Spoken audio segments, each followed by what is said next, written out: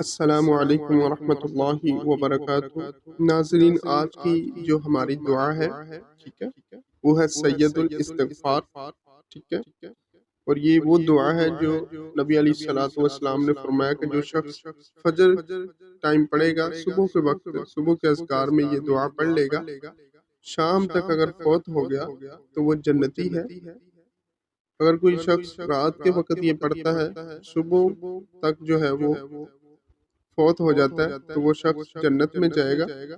حدیث جو ہے صحیح بخاری میں بھی ہے، ترمذی میں بھی ہے، ابن ماجہ میں بھی ہے، ٹھیک ہے۔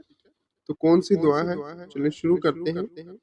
اللہم انت ربی لا الہ الا انت خلقتنی وانا عبدک وانا علی عہدک ووعدک ما استطعت اعوذ بک من شر ما صنعت ابوء لک بنعمتک علی وابوء بذنبی فاغفر لی فإنہ لا یغفر الذنوب الا انت۔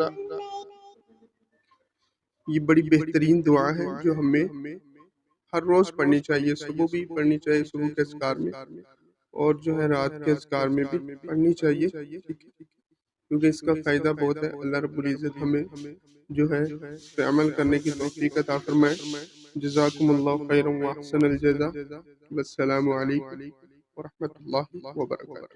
ٹھیک ہے، تمام بھائیوں بہنوں سے ریکویسٹ ہے کہ ایک تو چینل سبسکرائب کر لیں، ٹھیک ہے، دوسرا اپنی جتنی بھی غلطیاں کمی کوتاہی اس کو دور کریں۔ جزاکم اللہ خیر۔